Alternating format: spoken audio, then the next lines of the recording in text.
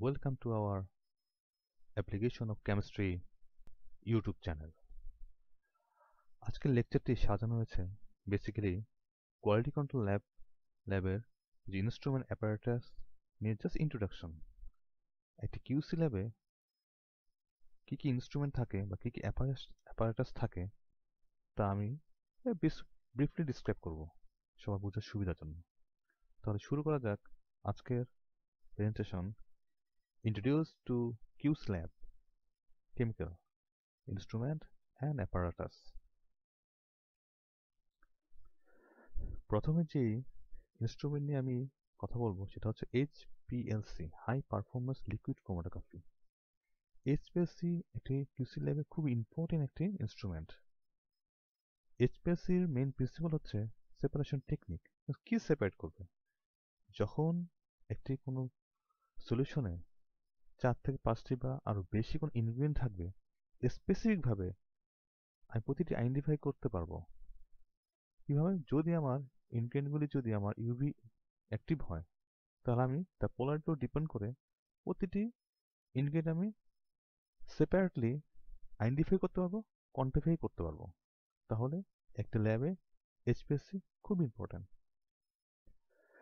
এরপর হচ্ছে FTIR, Fourier transform infrared spectroscopy. IR এর মেইন কাজটা হচ্ছিল কোনো একটা র মেটেরিয়াল ইনগ্রেডিয়েন্টে ইনিশিয়ালি আইডেন্টিফাই করা। সাপোজ একটা প্যারাসিটামল একটা র মেটেরিয়াল আসলো আমার কাছে, এটাকে আসলে প্যারাসিটামল কিভাবে বুঝবো? তো প্রথমে আমাকে যেটা করতে হবে, একটা স্ট্যান্ডার্ড একটা আয়ার করে রাখবো। তার সাথে আমি আমার স্যাম্পলকে সুপার ইম্পোজ করবো। কত পার্সেন্ট সুপার ইম্পোজ হচ্ছে সেটা আমি আইডেন্টিফাই করবো কার মাধ্যমে? আয়ারের মাধ্যমে। তখন আমি বলতে পারবো initially okay this material is paracetamol. এরপর হচ্ছিল gas chromatography with head space. Gas chromatography হচ্ছিল এইচপিএলসির মতোই। এইচপিএলসিতে মোবাইল ফেজ ছিল লিকুইড ফর্মে থাকে, আর গ্যাস ক্রোমাটোগ্রাফির ক্ষেত্রে থাকে হচ্ছিল গ্যাসিয়াস ফর্মে।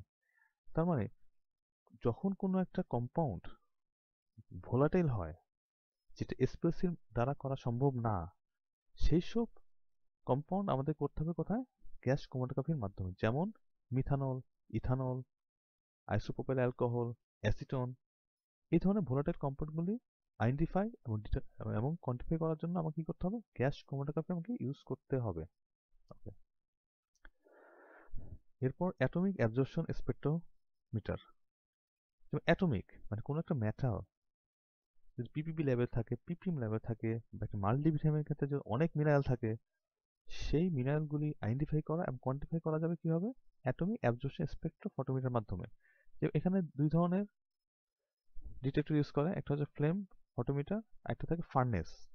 দুটোর মাধ্যমে ডিপেন্ড করতেছে কোন ম্যাটেরিয়াল, তার নেচার উপর ডিপেন্ড করে সেটাকে আইডেন্টিফাই এবং কোয়ান্টিফাই করতে হয় অ্যাটমিক অ্যাবজর্পশন স্পেকট্রোফটোমিটারের মাধ্যমে। আরেকটি ইনস্ট্রুমেন্ট আছে ফ্লেম ফটোমিটার। ফ্লেম ফটোমিটারের মাধ্যমে আমরা কোনো একটা ম্যাটেরিয়াল, যেমন sodium chloride, sodium, potassium, calcium, আমি আইডেন্টিফাই করবো কিভাবে এন্ড কোয়ান্টিফাই করবো? ফ্লেম ফটোমিটারের মাধ্যমে। UV visible spectrophotometer. যখন একটা সলিউশনে কোনো একটা ম্যাটেরিয়াল বা ইনগ্রেডিয়েন্ট থাকে যেটা ইউভি ভিজিবল অ্যাক্টিভ, সেটা আমি ইউভি ভিজিবল স্পেকট্রোফটোমিটারের মাধ্যমে আমি আইডেন্টিফাই কোয়ান্টিফাই করতে পারবো। শুধুমাত্র এখানে আমি একটা ইনগ্রেডিয়েন্ট পারবো। আর যখন আমার 4-5টা ইনগ্রেডিয়েন্ট হলে সলিউশন, তখন আমার চলে যেতে হবে এইচপিএলসি মাধ্যমে সেটা আইডেন্টিফাই কোয়ান্টিফাই করতে হবে। যেমন মোস্ট ইম্পর্টেন্ট ডিসোলিউশন টেস্টটা, একটা ট্যাবলেট বা ক্যাপসুলের ডিসোলিউশন রেট কত হবে, যেটা আমরা বায়ো অ্যাভেলেবিলিটি বলে, যেটা আমরা ইনভিট্রো টেস্ট, যে একটা ট্যাবলেটের ডিসোলিউশন রেট কত, এটার মাধ্যমে আমরা এফ2 ক্যালকুলেশন করতে পারি। ইনোভেটরের সাথে তার কোনো একটা, আমাদের যে কোনো একটা কোম্পানির ড্রাগের সাথে এফ2 ক্যালকুলেশন করে দেখতে পারি যে ডিসোলিউশন রেটটা ইনোভেটরের সাথে মিল আছে কিনা। যেমন বিভিন্ন ইন্টারভ্যালে ডিসোলিউশন রেট দেখা যায়, 10 minute, 20 minute, 30 minute, 40 minute, 50 minute করে আমাকে দেখতে হবে যে আমার ড্রাগে ডিসোলিউশন রেটটা ঠিকমতো হচ্ছে কিনা। যেমন ডিএসসি খুব ইম্পর্টেন্ট ফর ফর্মুলেশন চেক। যেমন আমরা জানি কোনো একটা ট্যাবলেট বা ক্যাপসুলের দুটো পার্ট থাকে, অ্যাক্টিভ আর এক্সিপিয়েন্ট। এক্সিপিয়েন্টের মেইন কাজ হচ্ছে হলো ক্যারি করা, তাহলে অবশ্যই এক্সিপিয়েন্ট হতে হবে ইনার্ট। এখন আমি একটি অ্যাক্টিভ ও এক্সিপিয়েন্ট ইনার্ট কিনা সেটা বুঝবো কিভাবে? ডিএসসির মাধ্যমে। যেমন ডিসি কি ডিফারেন্সিয়াল স্ক্যানিং ক্যালোরিমিটার। যখন আমি একটা অ্যাক্টিভ কম্পাউন্ড কে আমি রান করাবো ডিসির মাধ্যমে, তখন তার একটা মেল্টিং পয়েন্ট দেখা যাবে। দেখা গেল সাপোজ অ্যাক্টিভের মেল্টিং পয়েন্ট আছে সাপোজ 50 ডিগ্রি। যে এক্সপেরিমেন্টটা আমি নিব, সেই এক্সপেরিমেন্টে দেখা যাচ্ছে যে তার melting point suppose 90 or 100 degree maybe, just ধরি আমি। যখন আমি দুটোকে মিক্স করব বিভিন্ন ফর্মুলেশন রেশিও অনুযায়ী, যদি দেখা যায় যে তাদের মেল্টিং পয়েন্ট শিফট করতেছে, তাহলে বুঝতে হবে যে এখানে সলিড সলিড রিয়াকশনে যাচ্ছে, তার মানে অ্যাক্টিভটা কিছুটা হলো ডিগ্রেড করতেছে। তাই ফর্মুলেশন চেকের জন্য আমাকে প্রথমে অবশ্যই ডিএসসির মাধ্যমে দেখতে হবে যে অ্যাক্টিভ আর এক্সপেরিমেন্টের মধ্যে যাতে রিয়াকশন না হয়, যাতে ইনার্ট থাকে, সেটা আমি চেক করবো কির মাধ্যমে, ডিএসসির মাধ্যমে। যেমন লিকুইড পার্টিকেল কাউন্টার, এটা খুব ইম্পর্টেন্ট। কিসের জন্য? যখন একটা ইনফিউশন বা স্যালাইন বা ইনজেকশনের মধ্যে কোনো invisible particle, 0.5 micrometre, 0.2 micrometre invisible particle কতটুকু আছে, সেটা আমি দেখবো কি লিকুইড পার্টিকেল কাউন্টারের মাধ্যমে। সলিড পার্টিকেল কাউন্টার হচ্ছিল যখন একটা র মেটেরিয়ালের সে ফাইন পাউডার ফর্মে আছে কিনা, সেটা বোঝার জন্য আমাকে সলিড পার্টিকেল কাউন্টার ইউজ করতে হবে এবং দেখতে হবে যে আমার আসলে এক র মেটেরিয়ালের ক্ষেত্রে তার ম্যাটেরিয়ালের সাইজটা কত আছে। কারণ এই সাইজটার উপর ডিপেন্ড করে আমাকে কোনো একটা ড্রাগ প্রোডাক্টের ফর্মুলেশন করতে হয়, তাই সলিড পার্টিকেল কাউন্টারটা খুব ইম্পর্টেন্ট। যেমন অসমোমিটার, এটা ইম্পর্টেন্ট কিসের জন্য? যখন ইনজেকশন, সলিউশন বা স্যালাইন বা ইনফিউশনের অসমোলারিটি চেক করতে হবে, কারণ আমাদের যেসব ইনজেকশন ইনফিউশন আইভিতে যাবে, তা ব্লাডে একটা অসমোলারিটি আছে এবং সেই অসমোলারিটি ডিপেন্ড করে আমাকে সেই লিকুইডের ভিসকোসিটি করতে হবে এবং তার অসমোলারিটি ঠিক আছে কিনা সেটা বোঝার জন্য আমাকে অসমোমিটার ইউজ করতে হবে।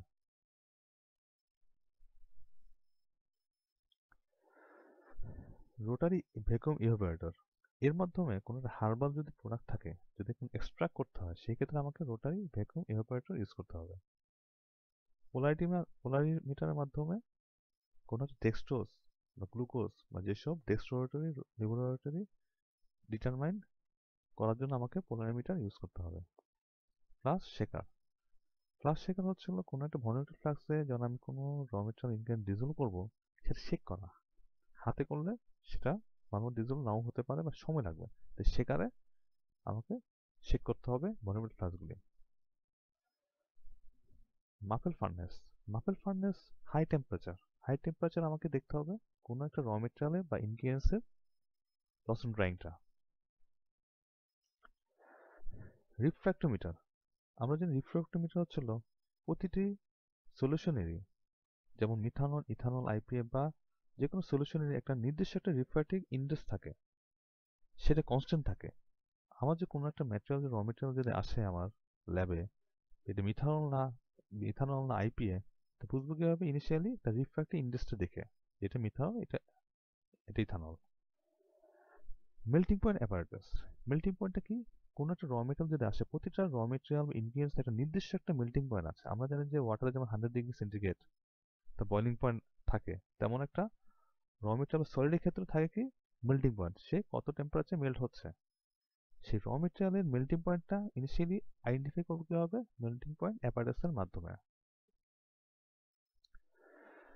ম্যাগনেটিক স্টাডি ইউজ করতে হবে, যেমন ট্রাকটেশনের ক্ষেত্রে আমার করলে আমার সুবিধা। ইলেকট্রোথার্মোস্ট্যাটিক ওয়াটার বাথ, সেটাও লাগবে হিট দেওয়ার জন্য, কোনো র মেটেরিয়াল ডিজলভ করার জন্য। এবং আল্ট্রাসনিক ওয়াটার বাথ, আল্ট্রাসনিক সাউন্ডের মাধ্যমে ওয়াটার বাথ, যখন আমি কোনো একটা বিকার কনিক্যাল ফ্লাক্স বা কোনো একটা ভলিউমেট্রিক ফ্লাক্সে কোনো র মেটেরিয়াল ডিজলভ করতে চাবো পারফেক্টলি, সেক্ষেত্রে আমার আল্ট্রাসনিক ওয়াটার বাথ ইউজ করতে হবে। হিটার লাগবে। স্পিন মিনস ভর্টেক্স, ভর্টেক্স হচ্ছে কোনো একটা টেস্ট টিউবের মধ্যে কোনো ম্যাটেরিয়াল যদি ডিজলভ করতে চাই খুব ফাস্ট, তাহলে আমি ভর্টেক্স মেশিনটি ইউজ করবো। পাম্প লাগবে। ভ্যাকুয়াম ওভেন, ভ্যাকুয়াম ওভেনটা কেন লাগবে? যখন আমরা কোনো একটা মাইক্রোবায়োলজির টেস্টের ক্ষেত্রে যে পেট্রি ডিশ থাকে, সেটাকে যদি আমি স্টেরাইল করতে চাই ড্রাই ফর্মে, ঠিক আছে, 180 ডিগ্রি বা 190 ডিগ্রিতে তুলে সেটাকে স্টেরাইল করতে চাই, সেক্ষেত্রে আমার ভ্যাকুয়াম ওভেন ইউজ করতে হবে। যে পিএস মিটার, কোন সলিউশনের অ্যাসিডিক বেসিক কন্ডিশন আমি মেজার করবো পিএস মিটারের মাধ্যমে। ড্রায়ার লাগবে, আমি যখন কনিক্যাল ফ্লাস্ক, বিকার, পিপেট এসব ওয়াশ করার পর আমাকে ড্রাই করতে হবে যাতে আমার রেজাল্টে ইরর না হয়। অ্যানালিটিক্যাল ব্যালেন্স লাগবে, কারণ আমি একটা ওয়েট নিব, অবশ্যই অ্যানালিটিক ব্যালেন্স লাগবে, অবশ্যই ক্যালিব্রেটেড হতে হবে। সেন্ট্রিফিউজ মেশিন আমার দরকার পড়বে, কোনো একটা ইনগ্রেডিয়েন্টকে আমি যদি সেপারেট করতে চাই 2 ফেজ, সেখানে সেন্ট্রিফিউজ মেশিন লাগবে। ফ্রিজার টেম্পারেচার কন্ট্রোল, ফ্রিজ লাগবে, যে অনেক র মেটেরিয়াল আছে যে 2 থেকে 8 ডিগ্রির মধ্যে আমার রাখতে হবে, নতুবা আমার ডিগ্রিজ করতে পারে, নষ্ট হতে পারে, সেই ক্ষেত্রে আমাকে ফ্রিজারও লাগবে।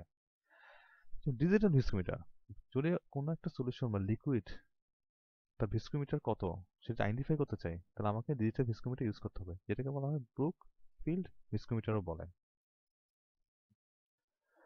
তো লস এন্ড ড্রাইং, অনেকের মধ্যে কনফিউশন থাকে লস এন্ড ড্রাইং আর কালফিশ আর ময়েশ্চার অ্যানালাইজার মধ্যে। খেয়াল রাখতে হবে, লস এন্ড ড্রাইংটা হচ্ছে হলো কোনো একটা র মেটেরিয়াল বা ইনগ্রেডিয়েন্ট বা ম্যাটেরিয়ালের ক্ষেত্রে যদি এক্সটার্নাল যদি কোনো ময়েশ্চার থাকে সেটা আইডেন্টিফাই করবে কে, লস এন্ড ড্রাইং মেশিনের মাধ্যমে।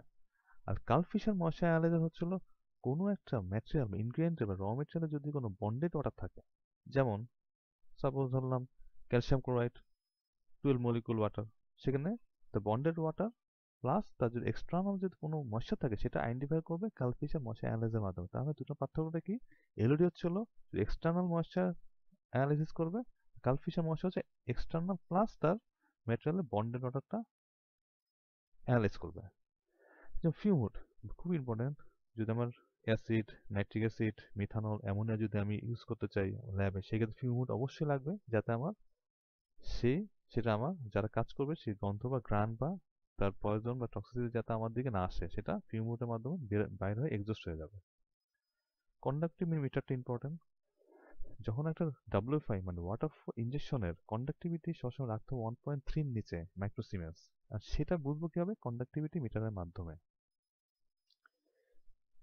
TDS meter, total dissolve substance meter, কোন একটা ওয়াটারের টিডিএস কত আছে সেটা আমি বুঝবো কিভাবে, তার টিডিএস মিটারের মাধ্যমে।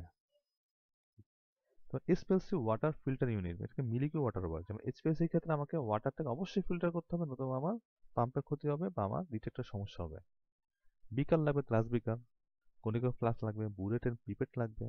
যেমন স্টেবিলিটি চেম্বার খুব ইম্পর্টেন্ট, কোনো একটা ট্যাবলেট বা কোনো ক্যাপসুল বা কোনো ড্রাই সিরাপ, কোনো ইনফিউশন, স্যালাইন, যে কোনো ড্রাগ প্রোডাক্ট স্টেবিলিটি চেম্বার রাখতে হবে। স্টেবিলিটি চেম্বার দুই রকম, একটা হচ্ছে হলো রিয়েল টাইম স্টেবিলিটি দেখবো 30 ডিগ্রি সেন্টিগ্রেড, আর হচ্ছে হলো 65% আরএস।